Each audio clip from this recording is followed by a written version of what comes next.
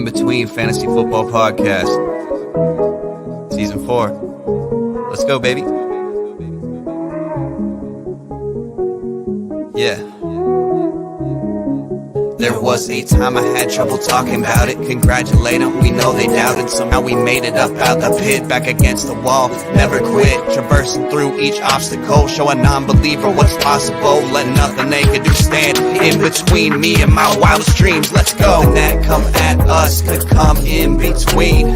Life gave me the worst, yet my side grew so green. We've been down in the dirt, been tossed in the trash, but I never stray from my path. When we're gone, we ain't looking back.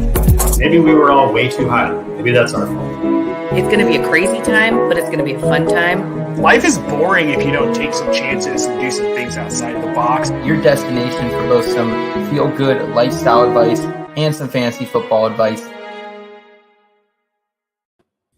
All right. Welcome in, everyone. Summer is back along with the In Between Fantasy Football Podcast.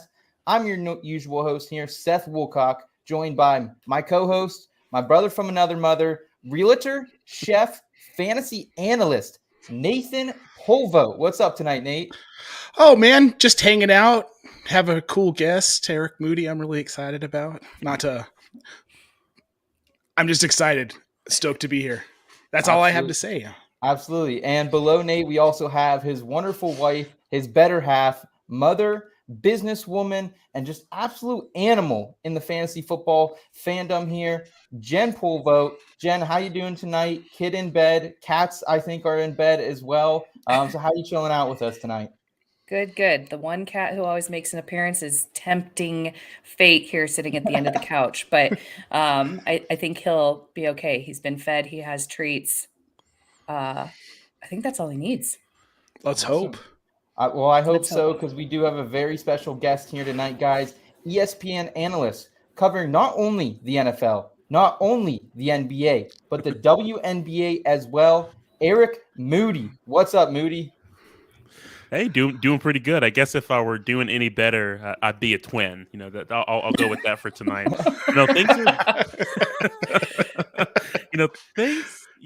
Things are great. It's it's a busy time of the year. I know we're on the precipice of NFL fantasy football. Summer's always wild and crazy, but then we got the NBA finals that are starting tomorrow, Celtics and Warriors, and in the midst of WNBA season, things are busy and great, but I'm living the dream. Love it.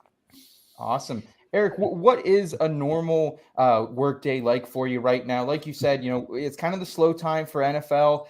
We have a little bit of OTAs discussion, but outside of that, it really is the time for the NBA and WNBA to shine as well. So what's your normal work day look like?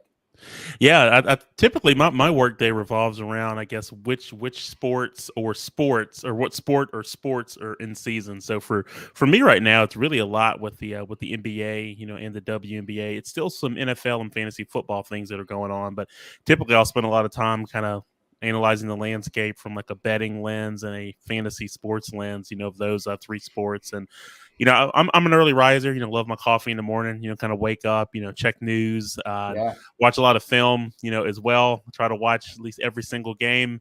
I may not watch every single one live, but usually the day after I'll try to watch, all the games and just kind of look at stats, research, Twitter, social media, all that stuff rammed into one. But you may have one of those times where some news breaks and then a curveball gets thrown at me before I've got to stop what I'm doing, address that news, and then move back to it. So always fast paced, a lot of action, a lot of things going on. So it's always good.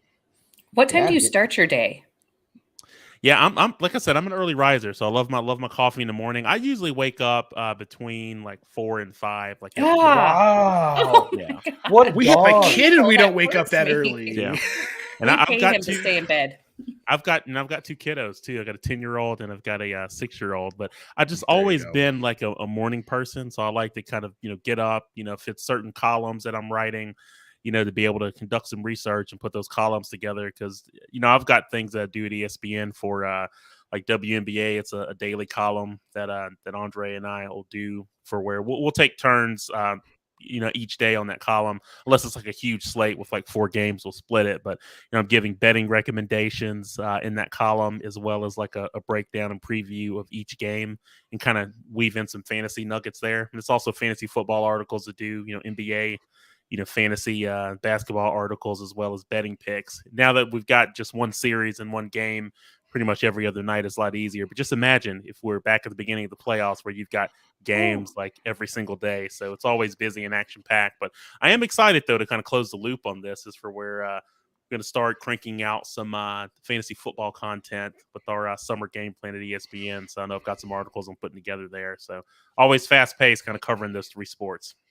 Yeah, life is busy for Eric Moody is what he's saying. Even a little less than 100 days till kickoff, guys. Rams and Bills, it's going to be glorious. I cannot wait to get there. But until then, guys, we do have a loaded, jam-packed show for you. We're going to do our off-season session with Eric, learn more about him, how he ended up at ESPN, and all the trials and tribulations in between. And we're also going to throw it back. We're going to do our back in the day segment. We're going to talk to Eric about some fantasy historical trends and how they apply to 2022. We're going to talk a little bit about Breece Hall, who's the next emerging QB we should have on our fantasy rosters. And then we're going to round it out with some throwback pop culture discussion as well. And guys, speaking of pop culture, Eric, have you seen the new Top Gun? Because everyone is raving about this movie.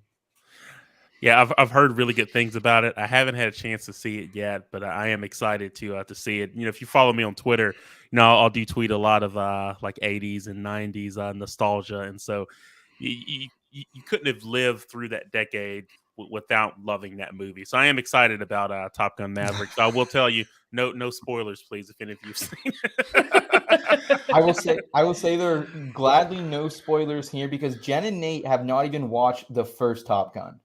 What? Wow. Yeah, it's something that kind of bonded us when we first met. I mean, amongst the other millions of things, but the fact that neither one of us have seen the original Top Gun just is crazy. I mean, it's absolutely crazy. But Seth, you've seen the original Top Gun.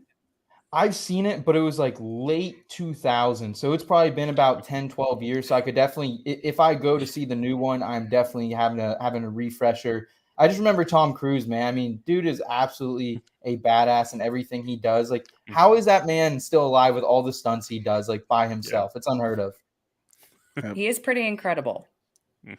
Tom Cruise, Jen. It's not too late. It's not too late. You guys can.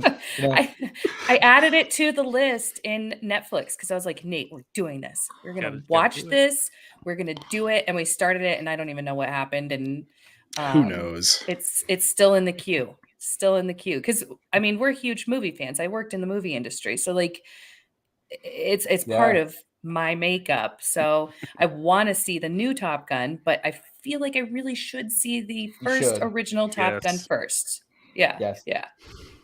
Well, guys, Gary saw it. He said he watched it last night. I think he was referring to the original Top Gun. And then we got Brad in the chat as well. Always thankful for all the IBT family members tuning in to each episode. Again, the easiest way you can support us here at In Between Media, give us a subscribe button click on YouTube. That is really the simplest way, and it goes a long way. So we do appreciate it. But guys, let's go ahead and jump into our off-season session here.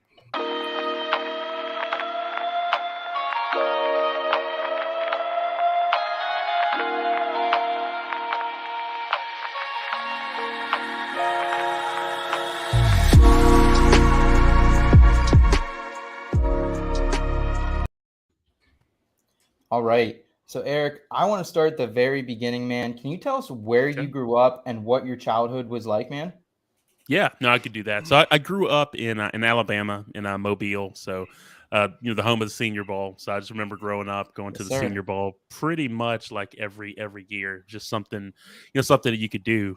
So it was intriguing to see kind of how the Senior Bowl I kind of grew like over time to where it's at now. So I have fond memories of going to that game.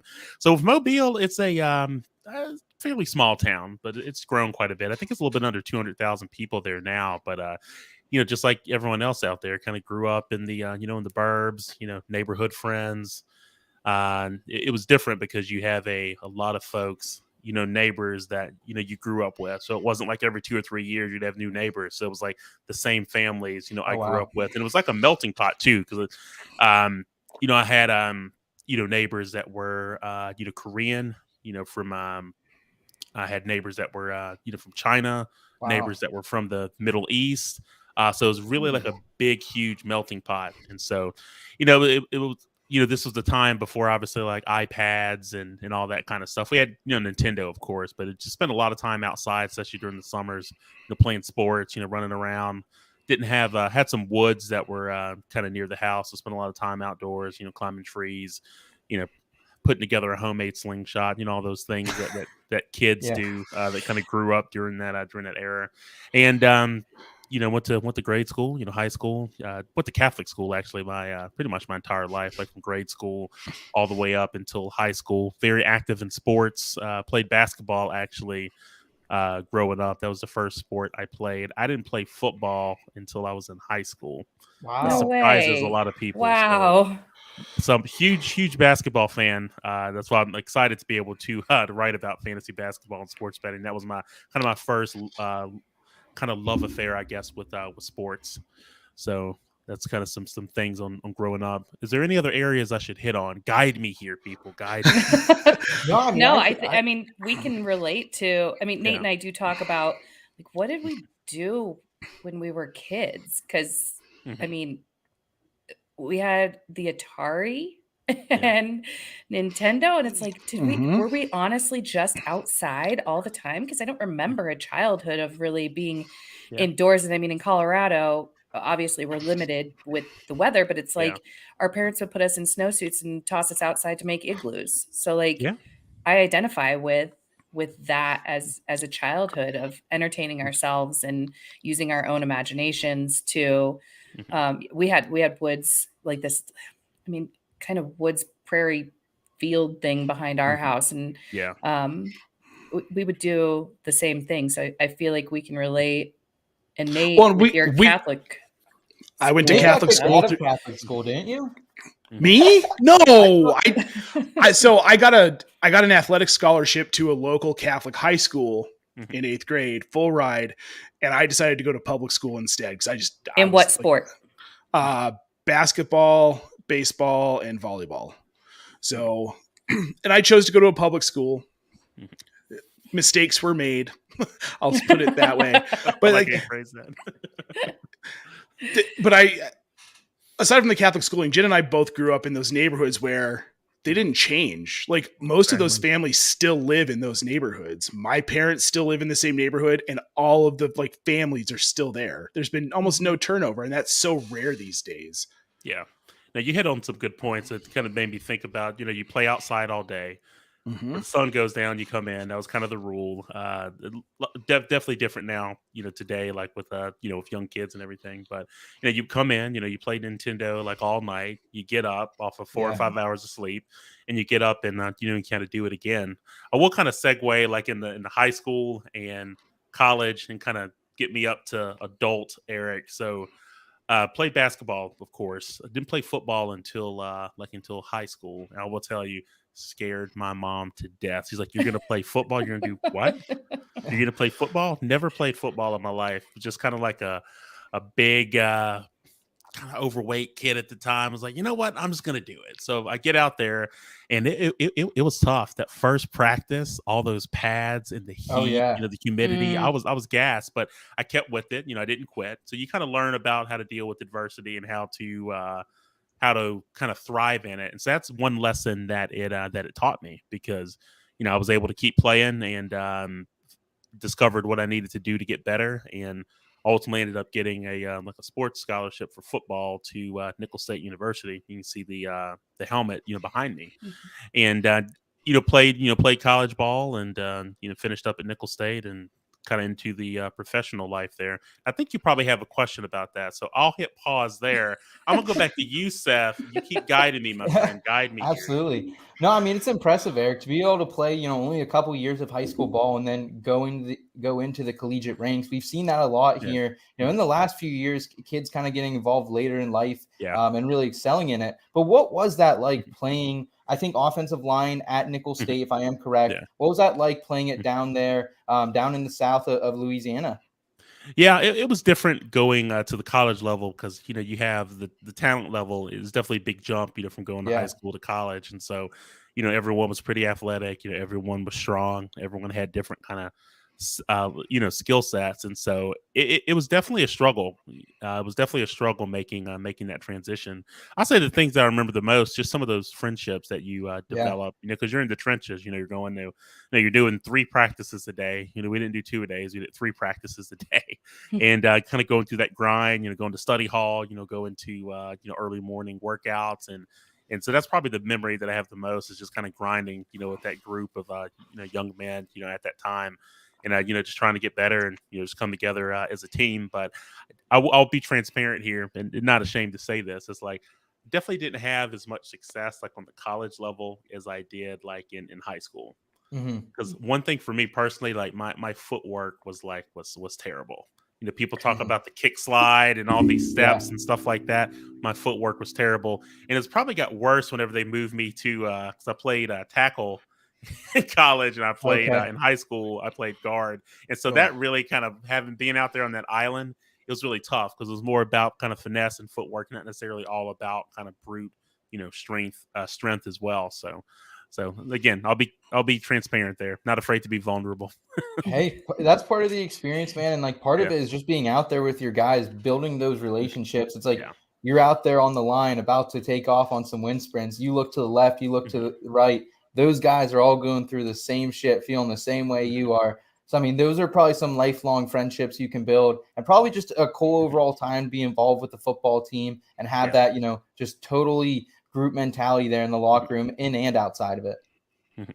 Yeah, it's just with some of the life lessons, I would say. That's why I encourage, whether it's football or basketball, I think it helps for whether all kids, to play sports, because you kind of learn those things. So it taught me that, for one, like adversity, how to deal with that adversity, what you can do to overcome it, to ultimately to thrive in it. But also just with building like relationships and everything too.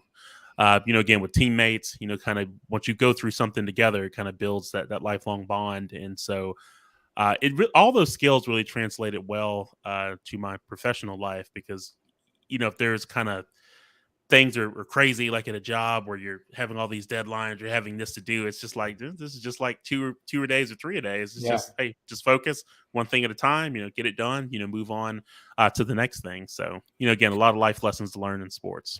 Do they accept you quite quickly at the college level as an incoming freshman, or is there a level of like, you need to prove yourself to be part of this team, or is it like all the freshmen kind of band together? Because that was kind of my experience. I played lacrosse in college. Yeah. So it was like, okay, we're all new girls here, so we'll be friends together. And then we have to prove ourselves to, the rest of the team. Yeah, no, it was like that, because the freshmen, you get there a couple of days early, you kind of go through practices and things like that. So you're really spending more time with the freshmen. Then you have the other players, the upperclassmen that get there, and you kind of go through that. You gotta prove yourself thing. So they kind of put you through the ringer, in different ways, whether it's on the field or off the field.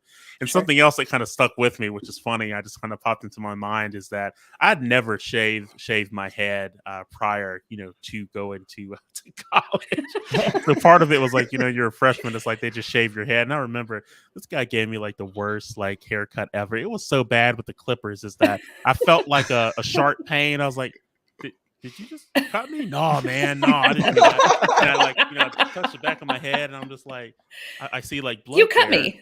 Yeah, so basically, but what's funny is that I ever since then I've shaved my head. It's kind of stuck with me. Yeah. I was like, you know what? This is an easy look to keep up. I can do it myself. Don't have to go to the barbershop. I'm just going to keep it up. So it did kind of stick with me all these many years later. And it's always trendy. There's always going to be bald men, always, whether shaven or, natural. But yeah, it's always going to be trendy. We're not going to find any, flashback pictures of you with, crazy Jazzy Jeff hair. Right, you won't. Yeah. So Eric, following college, man, you enter financial services. You work for not just one, not just two, but 3 different Fortune 500 companies.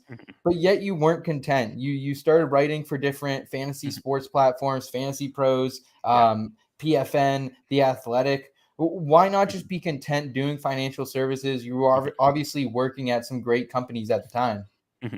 Yeah, I'll kind of touch on that. So I think about where to start. So, okay, here's one thing. I'm always big about mentioning this, and I'll do it again.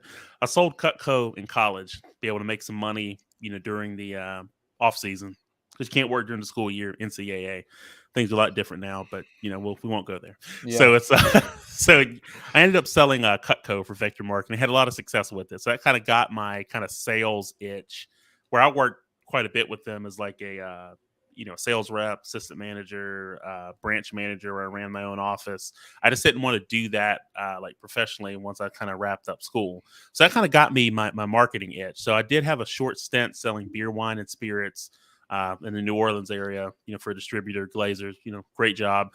Hurricane Katrina obviously hit, ended up moving to Dallas at that time. And I remember recruiters like, you know what, if you did that well selling Cutco, you do really well in financial services, as like an advisor. So I went through that whole process of getting all those different licenses, Series 7, Series 66, life and health insurance license, all that kind of stuff. But once I kind of got in the thick of the industry, it's a very tough industry, especially if you're in a commission type role, because you have to try to build like a book of business. And it'll be a little bit different now if this was Eric today, kind of trying to build that business. But back then it's young Eric, babyface Eric, for where I'm talking to like these 50 or 60-year-olds. He's like, you know what, I'm an advisor at XYZ company. I'd love to be able to earn your business. I'm just kind of paraphrasing here, but why don't you give me like a like $1 million that I can manage for you? Right. It's like the odds of success are very low unless you're partnering like with other senior advisors and teams. But I got to the point just after being in the industry for a couple of years, for where, I was at the point where I was like, you know what, if I don't find the success I'm looking for, I'm going to leave the industry altogether. And so I ended up working with USAA for quite a bit, for about 8 to 9 years. And I'm getting to the fantasy part. I'm going to get there. You'll see how this all connects. It's for where I worked with them, and I was telling my wife, like Trina, I was like, you know what? If this doesn't like work at this company, I'm getting out of this industry. I don't know what I'm going to go to, but I'll figure it out. And got the USAA, great company, great membership that you're working with, and had a lot of success. I was really one of their top advisors, and wanted to get into leadership and management, kind of help train, coach people. That's something I'm very passionate about. And I try to translate that to what I'm doing now. If someone's just looking for advice or guidance or just best practices, always love those conversations, those kind of coaching and development conversations. So I had a lot of success, but then I had a buddy, obviously, before getting the USAA, that kind of got me hooked into fantasy football. And so, answering questions and things on Twitter. But what I noticed was that I really like giving like advice. That's what ultimately kind of led me to Twitter, or just talking about it. But the one thing like with financial services, with all these different licenses and things that you have, I just can't necessarily put a tweet out and saying, you know what, I recommend XYZ company because it's blah, blah, blah, blah, blah, blah, blah. All the licenses, you can't put yourself out there like that. Different companies have different restrictions, things that you can and cannot do. So I was like, well, I can kind of translate that to fantasy sports. And I'll kind of close the loop on this and pass it back to you, Seth, is that I always think it's important, especially if you have like a, kind of like a 9 to 5 that's like that, is to kind of have something else on the side that you're passionate about, for where if you do have like a fork in the road, whether it's 5 years later or 10 years later, there's always a different path that you could take potentially. And that's what ultimately happened with me, is for where I was at a point for where I had a fork in the road.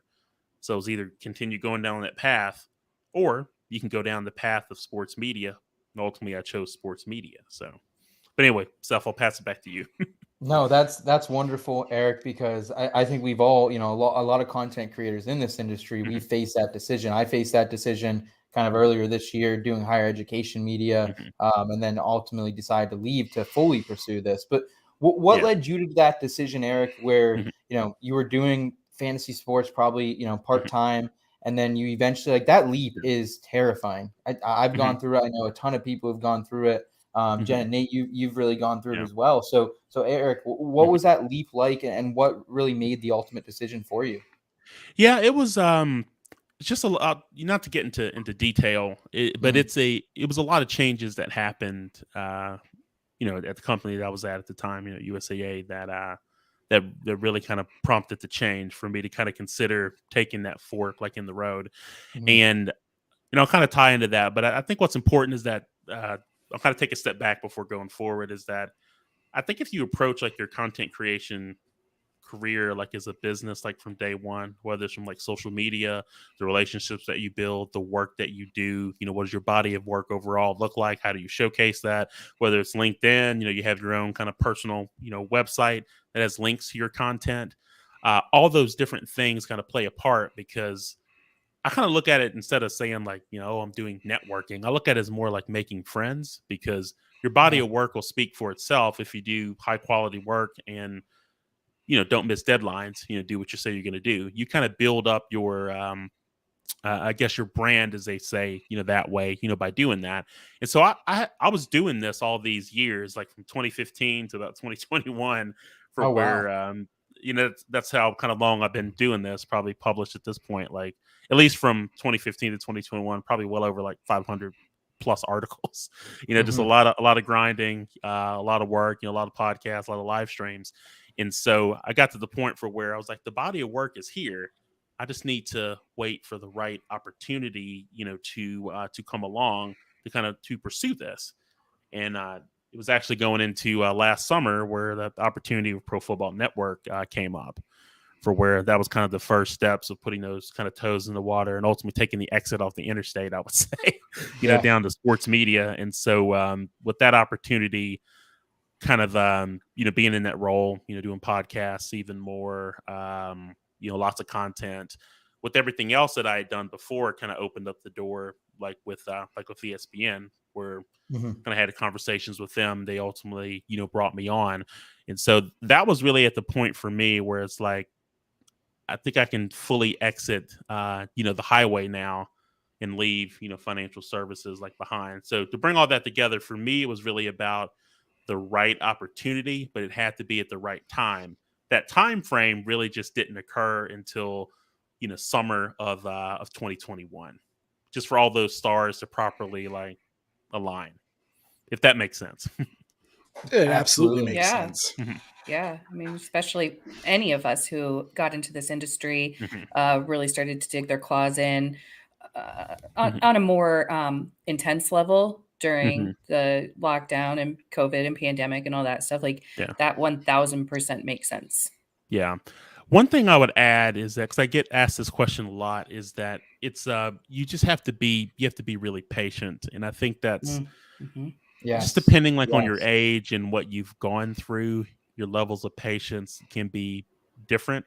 I'll say is that, you just have to be patient, because things don't necessarily happen overnight. What's different now than it was when I first started creating content is that, like, with the proliferation of sports betting and all these different states, it's really created more job opportunities, which is great, for the industry. But before, like, a full-time role in the industry was few and far between. Just wasn't a lot of those opportunities that popped up. But again, if that's ultimately a goal that you have, you just keep at it, because ultimately you want to get to the point for where you've got all your work and content and things that are out there, for where it kind of speaks for itself, and it's kind of selling you behind the scenes, for where you don't necessarily have to do it like with your own words.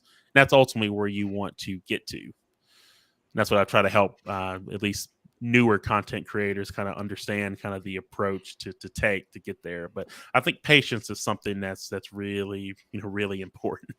You got to have patience. Yeah, I've been having a couple conversations with a couple newer content creators myself, and it really is preaching that patience, man. It's so hard, and like so many people put their heart and soul into something, and not to get, a lot of viewers at one point, or as many clicks or followers at once. It can be discouraging, especially when you see other people, maybe moving up quicker than you are. But I mean, believe in yourself, believe in your mission, and stay true to who you are. A lot of people, they go out on this, they kind of lose faith in what they really got into this for. Here at In Between Media, we always talk about it. We want to help people win championships, but we also want to have people living a better life and just, loving it a little bit more. So that's really been our goal. And, I think Nate and Jen, we all kind of keep each other in check here a little bit, and we have to remind each other of that goal. Hey, maybe this episode didn't get as many, likes or views as we wanted. But at the end of the day, someone watched it, someone took something away from it. So always a great reminder to have there, Eric. I appreciate that. Yeah. One other thing I would add is that I think it helps to be really transparent with what you want. And what I mean by that is not necessarily, go into social media and blasting it out there like, I want to work in the industry full time or this or that. That's not what I'm saying.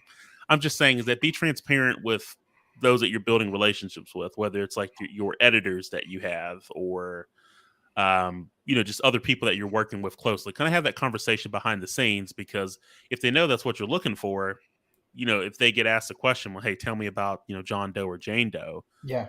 they can kind of help tell the story. And I think that's important. We'll probably kind of get to that in a little bit with kind of ESPN and all that. But I think it's important just to kind of have, your mentors or people that you kind of were in the trenches with to understand. It's like, hey, here's what I'm looking for. So, if something pops up, just, put in a good word for me. Yeah, that's such a good point. I mean, I came from residential property management, and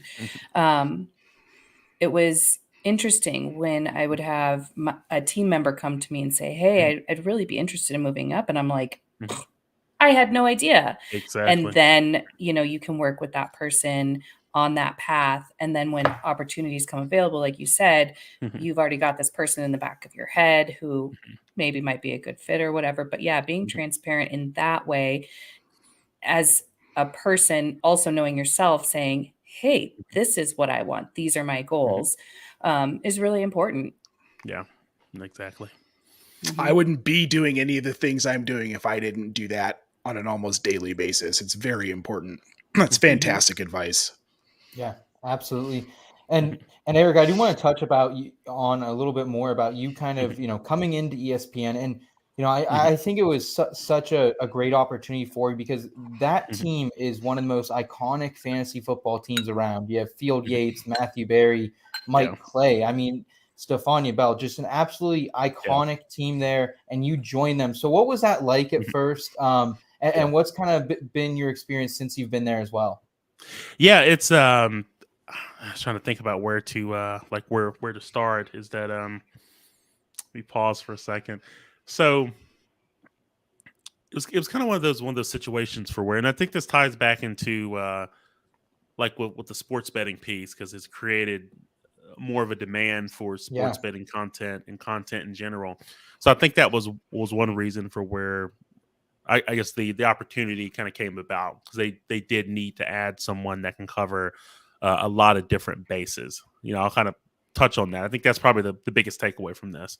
And so I think for someone that's listening, where they're like, okay, well, how can that help me? I want to try to give you some nuggets too, is for where, and I've mentioned this before, and some people have taken action on it. I think the more sports that you can cover, but don't spread yourself too thin. Know what capacity that you can handle. It's just like with lifting weights. It's like you're not going to bench 315 pounds the first time you go into the gym, but if you can work towards that. And so I think if you can cover kind of multiple sports, that helps. Covering sports betting and the fantasy side of it, because it just shows you're versatile. You can do kind of more things. And I think for the void that the team at ESPN needed to fill, I think those are some gaps that I could fill.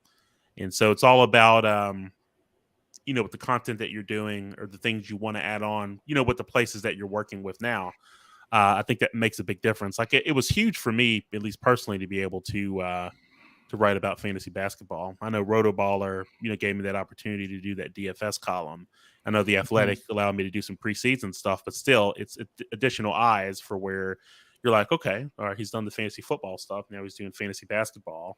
And being able to weave sports betting in there, because I didn't even really realize this at first, but some of the people that I report to now, I'm like, they've been following me on Twitter for quite some time. You get all those notifications and things, but sometimes you just don't really pay attention to who's like following you, because they all like pop up. You're like, okay, I've got 10,000 followers now. Great. But you're not looking at every single name, that hits your dashboard. And so all that little stuff like that, again, it's kind of still selling yourself, behind the scenes. I just want to kind of plug that in there for someone that's listening. But to fully answer your question, Seth, about the, kind of the process. I'll tell you, it was very like surreal. I still remember that day for where you're kind of having a few conversations kind of leading up to things, but you just don't know if anything's really going to pan out. You're meeting people, talking with people, kind of selling yourself in a way, hey, here's what I can do, here's what I'm about, etc. But once you actually get the communication, it was all like really like surreal. So I remember kind of getting like an email from someone, didn't recognize the name, but then once you see like kind of ESPN on it, and then you kind of look further to see, okay, this is the role that this person has. It's like in your mind, you're like, you're like, oh, you know what? It's I think this is really going to happen. So then you kind of go have those conversations, and you'll get onboarded and everything there. But I think it's always professional to make sure you close the loop on everything else that you have that's going on. And that's something that I've done like with every role that I have. Like whenever I first started working with Pro Football Network, I kind of closed the loop on all the articles that I committed to with those editors. I'm like, this is going to be my last batch of content.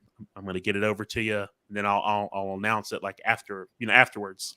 And so I ended up, doing that. So kind of closing the loop on all those places that I wrote for. Did the same thing too with Pro Football Network, because I did appreciate the opportunity that they provided me for where, I've mentioned to them, I put my 2-week notice in, fulfilled all my content obligations, kind of let the team know, I'm like, hey, please keep it on the down low. So I wasn't really able to announce it till like my first day, like on social media. And kind of saying goodbyes, closing the loop, on all these pieces of content, and then kind of making the move. But again, I think the onboarding process was pretty straightforward. It's not like I haven't written like content before, but every place I've written and prepared content for, they do things like a little bit differently. So there's a little bit of growing pains there, kind of learning kind of their different processes and kind of assimilating that into the things that I've already done.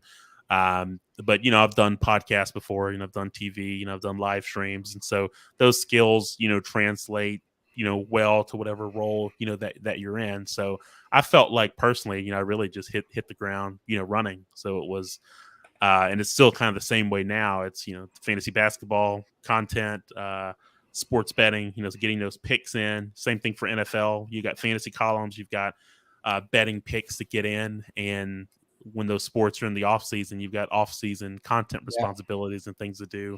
Then you've got rankings and all those things. Like Matthew Berry puts his rankings in. Mike Clay.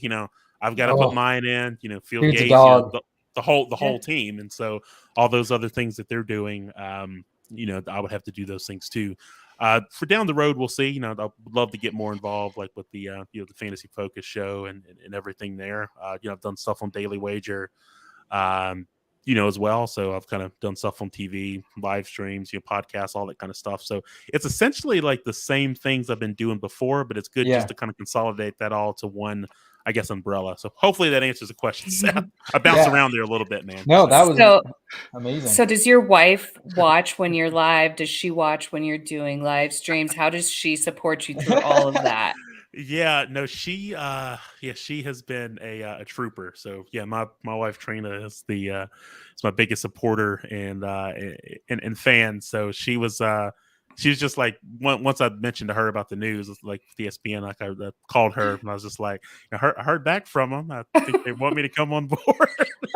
Shout out and Trina. She was shocked, because it's just like, just thinking about the journey, for where all this has gone, just from contributing, articles and things like that. So she's always been like my, biggest supporter. What do you need from me and all that kind of stuff. Whether it's, I'm going to hop on this podcast, you mind watching the kids for like an hour, or, I was going to try to, get this content and stuff done, or I'm going to try to get to bed early to wake up early in the morning to do it. So either before doing this full time, I would do a lot of my content like late at night or early in the morning. So she's always been pretty supportive and flexible, with that. So it's been an interesting journey. It's been exciting to kind of go through this together.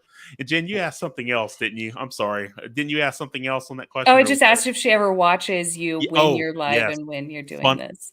Funny story here. So, doing like the segments like on the Daily Wager is always fun, because it's live, and even when, you're not physically like speaking, about something, you're there. You can see the broadcast. Yeah. You've got people kind of speaking in your ear. But what was funny, because the kids just got off from school, so I did the Daily Wager and stuff last week. And so I'm like, all right, I'm going to go up there and record. All right. And so they're like, all right, we'll watch you. So they were like kind of downstairs, kind of doing their thing. And they were watching it. So as I was recording it up here, they were watching it, kind of watching it live. So I thought that was kind of surreal, because that was like the first time I've ever recorded it for where they physically all have been here. So that was kind of a funny moment. That's awesome. That is really I have a awesome. 4-year-old, and we'll watch when Nate is live. We're there to cheer on, and Jackson sometimes even joins in if he's hopped on a few with me. It's pretty adorable. Yeah. Eric, so we try to support each other as much as we can in that regards. Did you guys do any celebrating the night you heard from ESPN? Did she also ask, what can I pick up from the liquor store that night as well? I'm trying to remember what we what we did that night. I know we just I'm trying to remember if we went out to dinner or what, but I just remember like we were kind of outside talking about it. The kids were like playing like outside in front of the house, like riding their bikes and stuff like that. And we were just kind of kind of talking about it. I do remember letting them know, let me, talk about it with my wife, and we'll get back to you, no later than tomorrow. So, we talked. I basically got back to them that same day.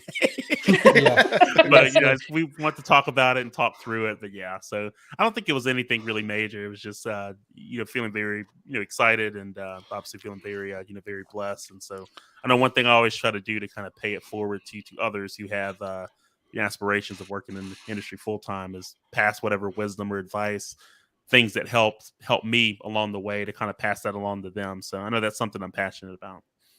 Do your neighbors know what you do for a living? No, they don't. It's nothing that I really like. I really bring up, So I just, if they just ask, I'm like, hey, work in sports media. If they ask, well, who do you work, with, I'll let them know. But it's nothing that I'm out there like actively like campaigning. But what was funny, you don't have a sign in your front lawn. No, I work for ESPN. No, don't have that, or like the vanity license plate or anything like that. But it's funny. It's like a lot of people like on LinkedIn, because I'm pretty active on LinkedIn. So if anyone that's watching or listening is big on LinkedIn, hey, just reach out to me to follow me there as well. Actually pretty active. I'll send posts and things out. But I know a lot of people reached out there, because they did send out like a press release. And so between like that press release and my tweet that I sent out, that Matthew Berry retweeted, and Field Yates, because a lot of folks that I know at my previous jobs are really big fantasy football people. A lot of them know that I do write about it. So I had a lot of people reach out like on text or like on LinkedIn, or just sent me an email and stuff like that. So I think most people kind of found out that way, because I think the impressions on that tweet were it was pretty high. I think it was like around 1.2 million impressions. So wow. Kind of the floodgates kind of poured open once that thing was out there. So little media mogul out here, Eric Moody, media mogul. I believe it. Right. Nate, what other questions you got here for Eric before we jump into back in the day? I just want to know, outside of football and work, like, what's the Eric vibe? What are you doing when you're not focusing on content and watching sports? Yeah, because the content creation and watching does take up a lot of time. But I'll say some other things that I'm passionate about is, I love watching, kind of like movies, streaming shows. I love kind of breaking those things down, kind of looking like at Easter eggs, and really just kind of giving like an opinion. And that's something I may end up doing more of, like on Twitter. But I'm also big into music. I love music, hard rock, heavy metal, classic rock, jazz, blues. Only genre I'm not really that big into. Sorry if you're a fan, but I just can't really get into country. It's just I knew you were gonna say it, man. You're breaking my heart over here, Eric. Not my jam, but it's hey, respect those that are into it. It's just not for me. So I would say like music and kind of watching shows. Those things are things that I'm passionate about. But just kind of relaxing, like, and hanging out. Like, I just like the outdoors. So if I'm out there sitting in like a chair. And I saw that. I was trying to come up with something in my mind too. Like, what can I come up with? For audio listeners only, Mood ESPN Vanity Play incoming. Gary Zam says on YouTube. That's perfect. That's perfect. That is hilarious. But just really just to answer the question fully, it's just like really relaxing and just kind of just kind of hanging out. That's always been kind of my thing. Like when I'm sitting there outside, I've got like a glass of iced tea like in my hand or a glass of wine or something like that. Just kind of sitting there, just kind of hearing like the wind blow and just quiet. Like I'm kind of I'll summarize it this way. It's like maybe me 15 or 20 years ago, kind of wanted like the condo like in the city or like the big mansion type thing and the sports car and stuff like that. But it's like me now just wants like a nice house, modest house, like in the mountains where I don't have neighbors that are like, I need like 1,000 feet on each side and like no neighbors where I can't see a house. That's me now. So, it's kind of how I am. I like that nature. That. Yeah. Yes, sir. Yes, sir. Well, Eric, we appreciate you giving us a little insight on not just what you're doing now, but the whole journey there. So much great insight. Thank you so much for bringing that to us. We greatly appreciate it. And we wish you luck, man. Like you're absolutely crushing it now as it is. But we wish you a long, successful career there. I know Matthew and Field, those guys are a handful to deal with. So I'm sure they'll keep you busy up there. Yeah, they keep me busy. It's just wow, it's crazy. And Mike Clay too, let me tell you. Oh, Kutztown Zone, baby. Kutztown Zone, Mike Clay.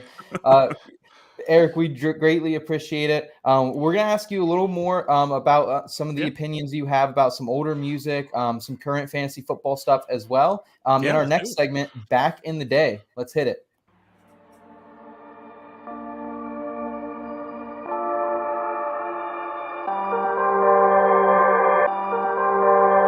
They ain't make them like this way back in the day. Took a shot, couldn't miss way back in the day.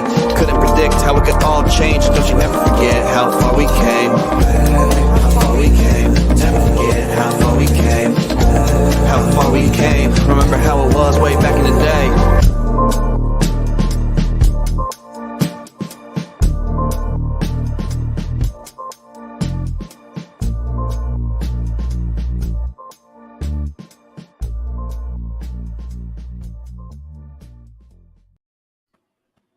All right, back in the day. Guys, before we move on, I do want to give a shout out to, we have a lot of great drops, a lot of great original music here at In Between Media. Thanks to our guy, Nate Miller. He's at Ism on all streaming platforms. That's probably my favorite drop he's ever done for us. I don't know why, but like that's one that honestly, if that was a full song, auto shuffle right to that every day, baby. He puts out good work, man. Absolutely. I just can't believe you let him put that one-handed Jerry Rice catch against your Steelers in there. It's all right, man. We learned to forget, especially when I think that was at least 10 years before I was born or close to it.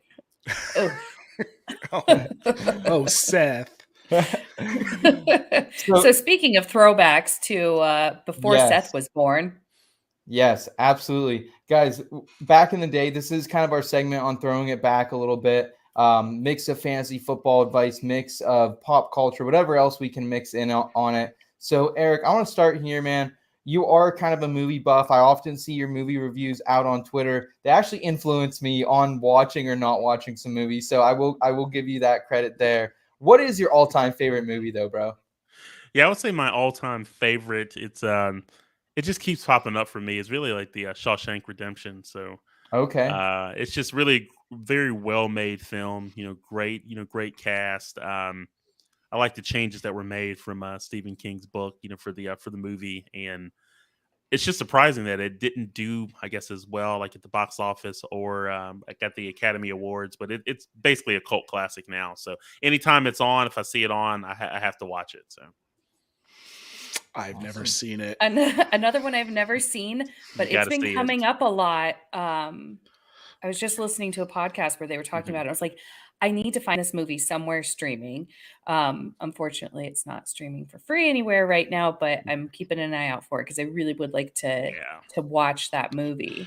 You guys, I promise we've seen most movies. You just happen to bring up two movie buffs. You go to the movie theater like every other week. I'm surprised. We go every week. We go pretty much every Friday to see a movie. Wow. Wow. Well, apparently you didn't. When did Shawshank? What year was that movie, Eric? That was in 1994, I believe. Yeah. Okay. Okay, I was 12, so that's So yeah, we weren't allowed to watch it when it first came out, but Okay. we should have seen it since then. Yes. we definitely should Absolutely. have.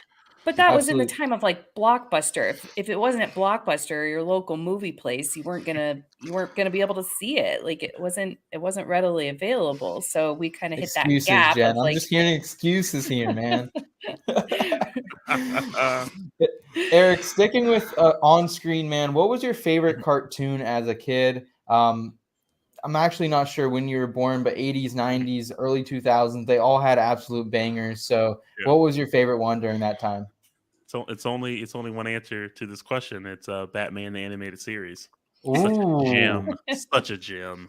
Still holds up well today. So I've heard that. I was actually in a film class in college, and they had us watch the first episode and that Yeah. was constantly brought up as like the animated series when it comes to like the top ones out there. Yeah, no, it's great. Yeah, it's still holds up well. I know I've kind of watched some of the episodes with my son to be able to kind of watch through them again. But yeah, if you haven't seen it, highly recommend it. Yeah, really great series. So Is that on Disney Plus? Is that a Disney Plus thing now? that's HBO Max, I believe. Yeah, I think it's on Okay. HBO Max. Yeah, they've got all the Warner Brothers, DC stuff over there. Damn, all the good stuff's on HBO Max though. I've been true. hearing that from everyone lately. It's That's not like a all I bad watch. streaming service. Yeah, it's solid. They've got, if you're big in the movies and especially some of the older movies like from the 80s and 90s, early 2000s. Yeah, they got some really good stuff there. Mhm. Awesome. Mhm. Well, Eric, what about your favorite video game? I don't know if you play much video games anymore, Mhm. but like, what's your favorite video game? Probably like 2010 and before. Yeah, it's a tough question. One that always comes to mind for me is Legend of Zelda: The Ocarina of Time. That was just such a well-made game, and I think it still holds up. Still holds up pretty well. I know they've got it on the my son's on Nintendo Switch. They've got it where you could, if you got like an online subscription, you can get like all the old Mm-hmm. Nintendo 64 and Nintendo games, Super Nintendo games, and I think it's on there. I actually thought about kind of playing it, maybe like 15 to 20 minutes each night to kind of relive that. But yeah, that's one that always comes to mind for me. That's awesome. Nate, did you play that game at all? No, the last one I played was Link: The Legend of Zelda that came in the gold case on the original Nintendo. It was the first game that ever saved your progress. Really? Mm-hmm.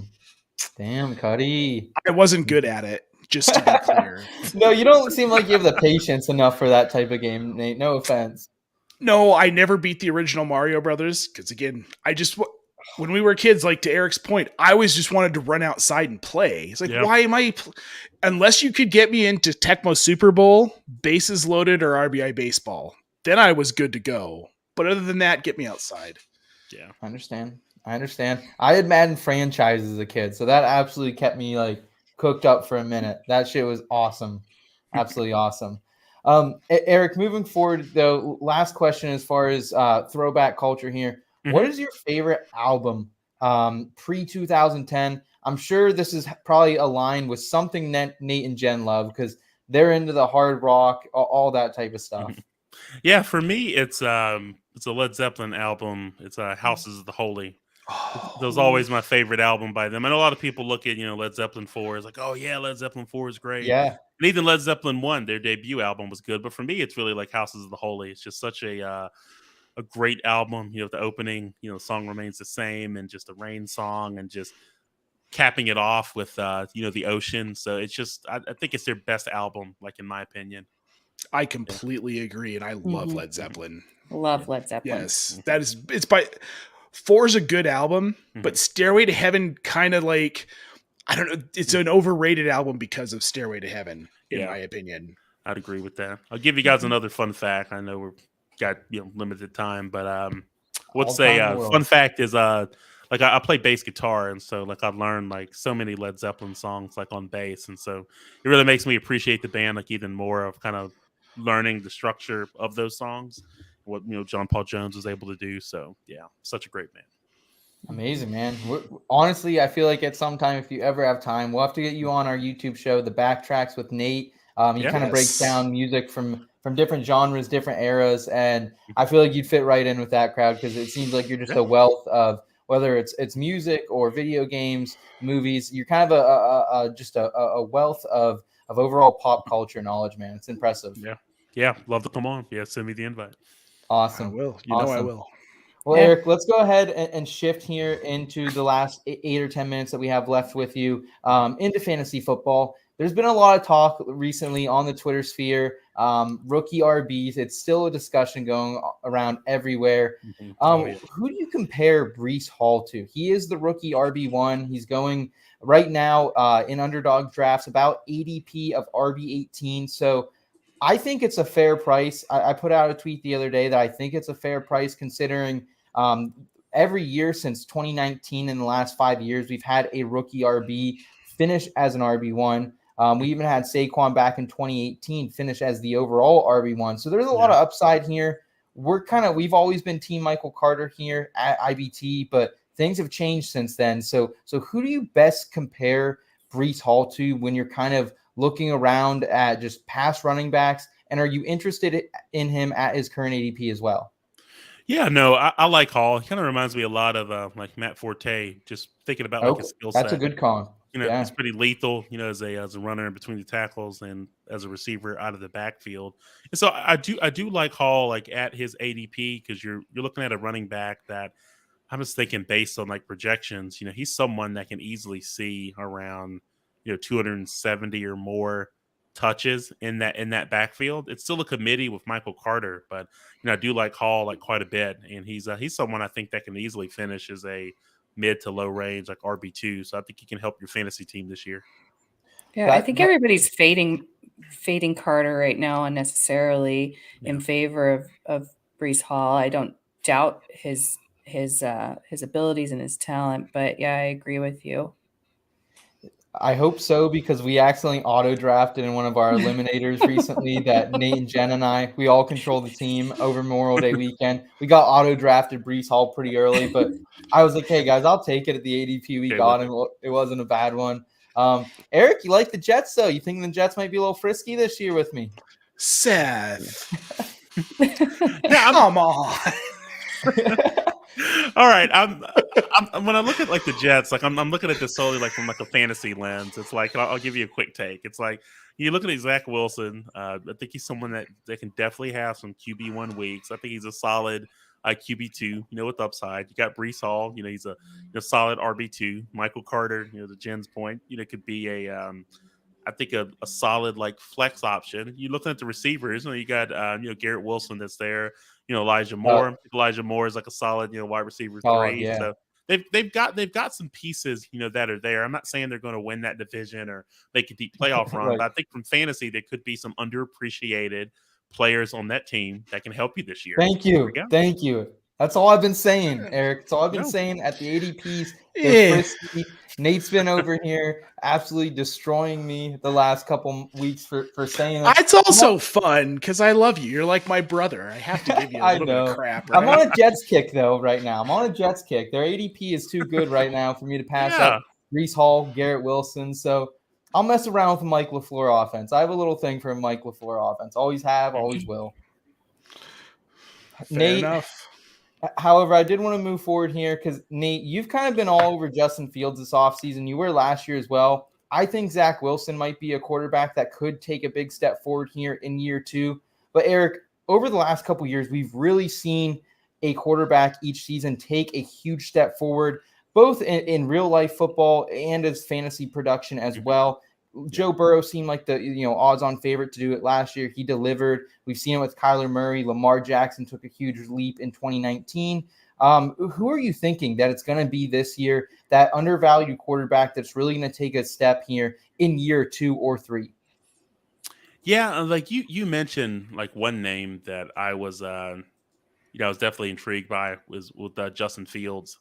And I know a lot of people are wondering like, well, who's he going to throw to? But I just think the jump that you can have, like where you have a player that's a rookie going into their second season, or if it's a second-year player going into their third season, whatever it may be, I just think we underestimate the power of like an NFL like off-season and then just the additional rapport that they could build like with their playmakers. And so I think Justin Fields is one because he's someone when you look at his average draft position for where he's a really nice value. I think he's someone I'm comfortable, kind of going to battle with as like a QB2, but he is going to give you some QB1 weeks with his rushing ability. You're looking at someone here for where he can easily throw for around 3,700 passing yards, somewhere in between like 18 to 20 touchdowns, maybe 13 to 15 interceptions. But you look at the rushing yards, like he could easily rush for like 600 or 700 yards and get a couple of additional touchdowns, which will kind of offset any like inefficiency in my opinion. So no, I do like Fields quite a bit.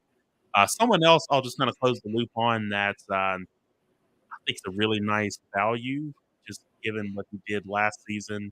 When you look at his ADP going into this season, is really like Lamar Jackson. I think he's someone who does have like overall QB1 like potential. And you just think about what he's being drafted right now. That's someone that can easily exceed expectations. Yeah, it's an up and down ride sometimes with Lamar Jackson, but I mean the upside is absolutely sky high. I'm interested to see what he can do with Rashad Bateman, more of a possession receiver than Hollywood Brown might have been necessarily. So it's an interesting one down there in Baltimore. Are you worried at all? No OTAs for Lamar this year, Moody? I'm just kidding.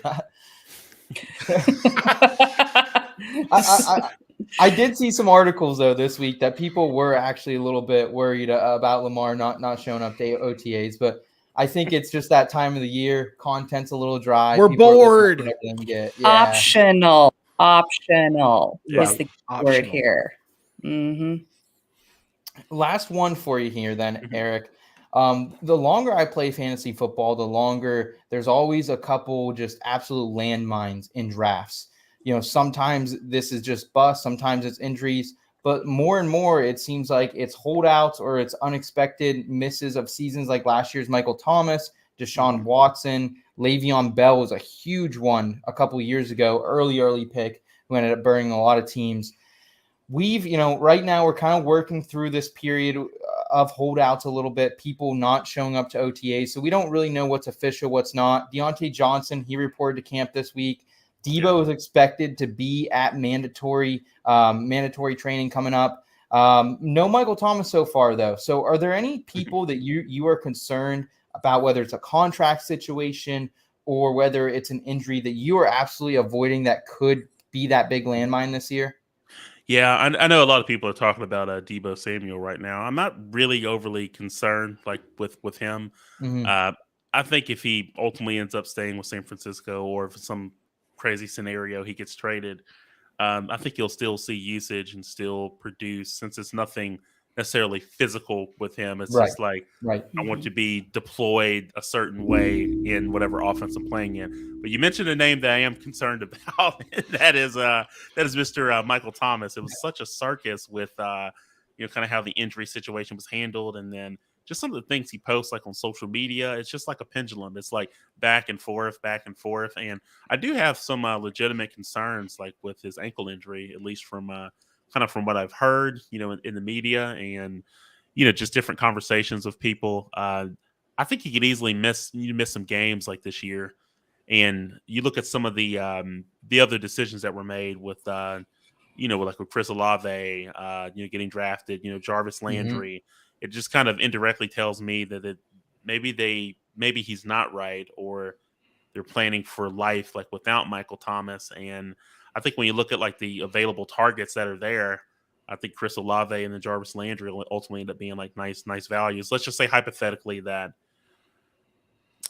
Michael Thomas, like if he played 13 to 14 games, could see like 100 targets. I think Chris Olave is like a lock for 100 or more targets. Then you got Jarvis Landry that's there who could easily see like 100. But just think about if you take Michael Thomas like out of the equation, you're looking at two receivers that could see 140 or more targets each. And you look at their ADP right now, they can be really, really, really nice value. So I think my point of this kind of semi-rant is I'm just not really aggressively targeting like Michael Thomas, like at his average draft position. I just rather not deal with the headache. But when you look at Chris Olave and Jarvis Landry in particular, like at their ADP, they're especially Landry, he's like essentially free right now. Yep. Those are the players I would pivot to instead of Thomas. Completely Agreed. understandable, man. Yeah. It's been a dogfight with Michael Thomas these last couple of years, man. So much wasted exhausting. ADP, Yeah. dynasty roster spots just wasted. Hopefully we see a turnaround. It's a little sketchy down there in New Orleans. We got a report earlier this week. Jameis Winston was walking around with a little bit of a limp too. So we will see what happens there. But Eric, man, we appreciate your insight, dude. Just coming in here and absolutely tearing it up. Let's give a hand for Eric, man. Absolutely tearing it up, guys. Two Thank nights you in so a row, much. I've golf clapped on a show. This is nice. I like it. I'm going to try and make this a habit here. There we go.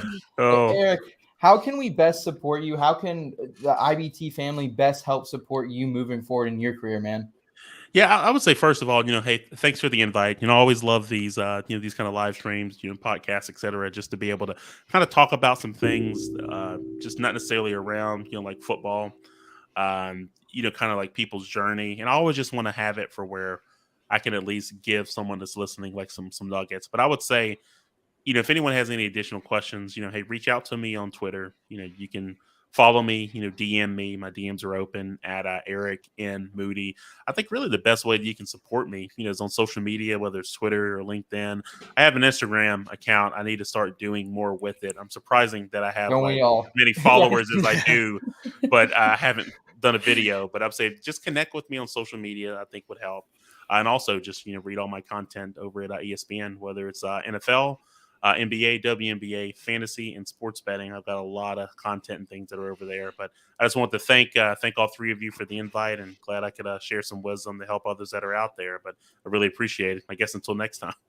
Yeah. Absolutely. Thank you so Absolutely. much. Absolutely. This was Thank great. you so much, Eric, Jen, and Nate. I hope you guys have a great rest of your evening as well. I know Jackson's in bed, so you guys are probably about ready to either head there or have a couple other ones, other drinks for you tonight. But Eric, absolute pleasure having you on. I know I took a lot from this conversation. I know the IBT family out there did as well. So for Eric, Jen, and Nate, I'm Seth. Thank you everyone so much for tuning in. And until next time, guys, keep it in between.